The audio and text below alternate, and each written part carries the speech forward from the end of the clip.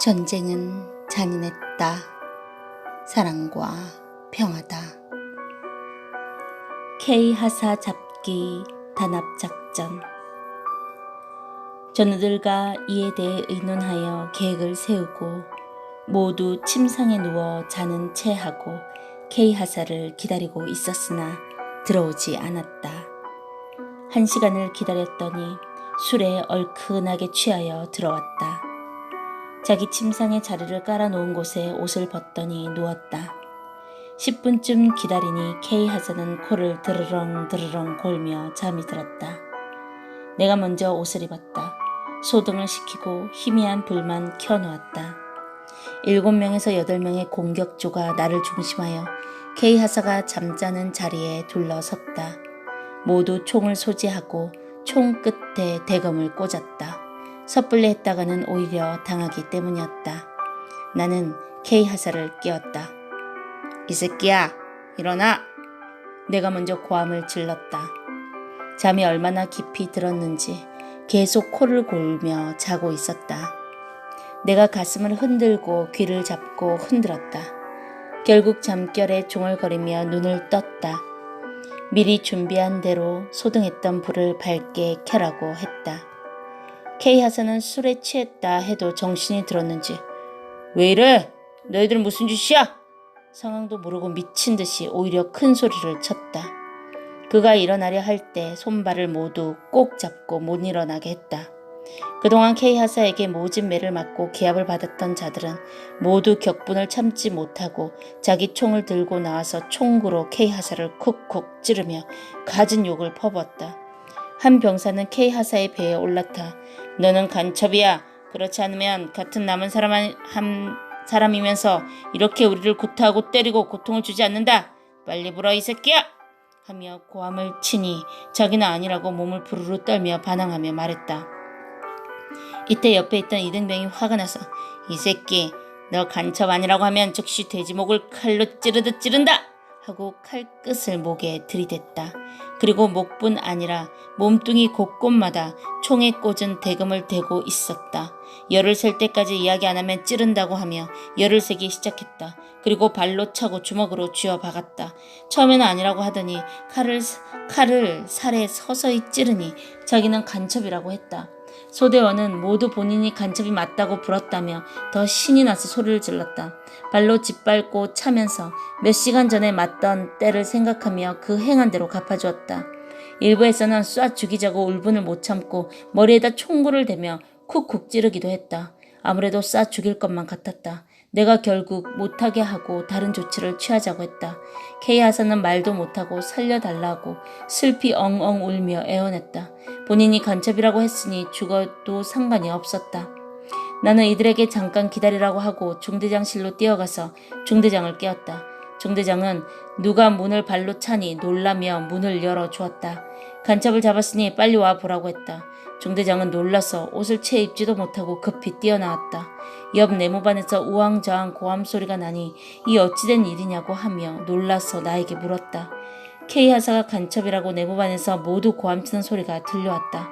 중대장은 나와 같이 이 야단을 치는 내무반에 즉시 뛰어 들어갔다. K하사를 보고 모두 간첩이라고 소리를 지르며 발로 차고 칼로 찌르려 하는 것을 보더니 중대장은 고함을 지르며 K하사가 왜 간첩이냐고 만류했다. 그러자 모두 일제히 말하기를 중대장님, 이놈 간첩이 틀림없습니다. 하고 소리들을 질렀다. 중대장은 모두 조용히 하라고 소리를 쳤다. 나와 같이 교회에 다니는 김상사도 잠에서 깨어오더니 이 무슨 일이냐 하며 나에게 물었다. 상사가 이것도 모릅니까?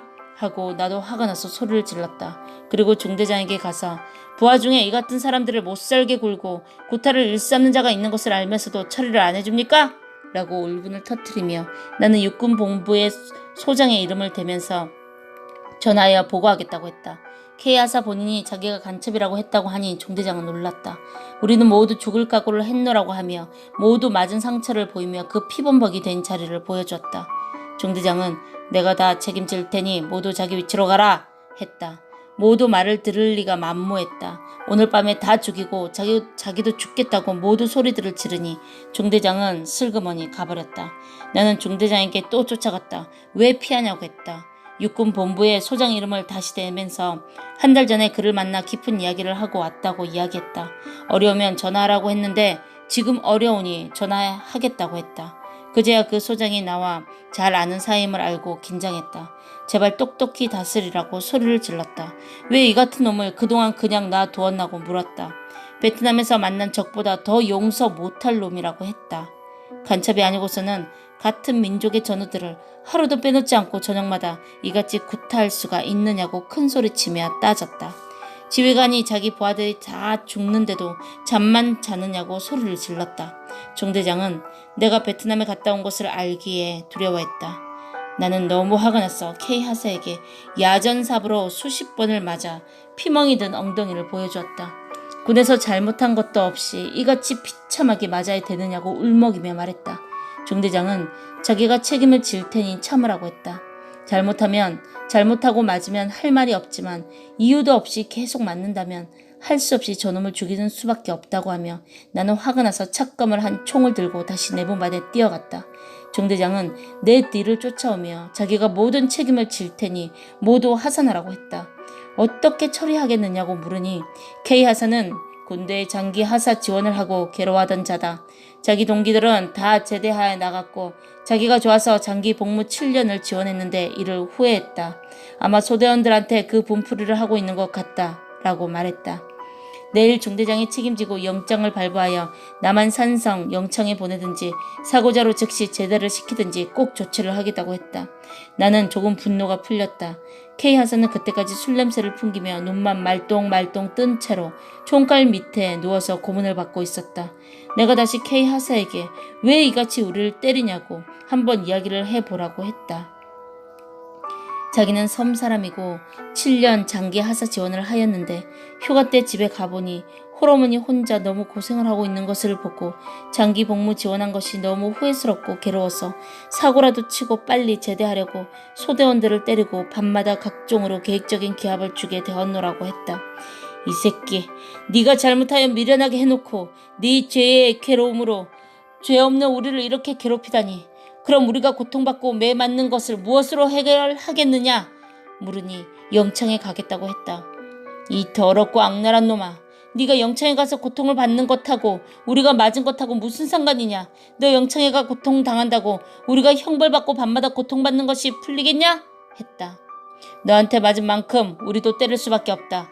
군대에서 군법을 어기고 상관에게 맞는 것을 할 수 없지만 장기 복무 말뚝 박아놓고 괴로워서 죄 없는 병사들을 죽도록 때리는 상관의 죄는 군법에 크게 어긋나는 일이니 넌 맞아야 돼! 라고 말했다. 만일 비상이 발생하여 전투가 일어났을 때 K에게 맞아서 수십 명이 작전하지 못하게 된다면 K는 사형을 받아도 마땅한 놈이었다. K 하사의 이야기를 들어보니 자기가 그 미련한 짓을 해놓고 상사로서 부하들을 무력으로 괴롭힌 것을 생각할 때 우리들은 더욱 울화통이 터졌다. 이 미련한 놈한테 인정사정 없이 당한 것을 생각하니 모두 너무 원통하고 억울했다.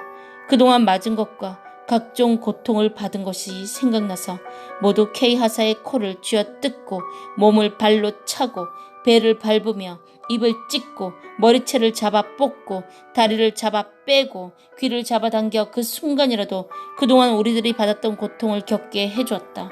소대원들은 K 하사에게 야전삽으로 40대나 맞아서 엉덩이에서 피가 나 떡판이 되어 팬티가 벗어지지 않았고 마루 밑에서 쥐잡기 기합도 하도 받아서 무릎과 팔꿈치가 벗겨져 논산 훈련소 신병 시절에 훈련을 받을 때보다도 더 괴로웠다. 이 모든 것을 생각하면서 모두 억울하고 원통하여 울분을 터뜨리다가 한 병사는 칼을 K 하사의 배꼽 밑에 대고 고추를 잘라버려 평생 병신을 만들어버리자 하며 K 하사의 팬티를 확 벗겼다. 모두들 화가 나서 이성을 잃고 과격해졌다. 나는 급히 말하기를 그것만 안 된다. 절제해. 고함을 쳤다. 이에 그 병사는 K 하사의 고추를 확 잡아당기기만 했고 K 하사는 비명을 지르며 기절하고 말았다. 결국 뱀을 잡듯이 인간 뱀을 잡고야 만 것이다. 아멘.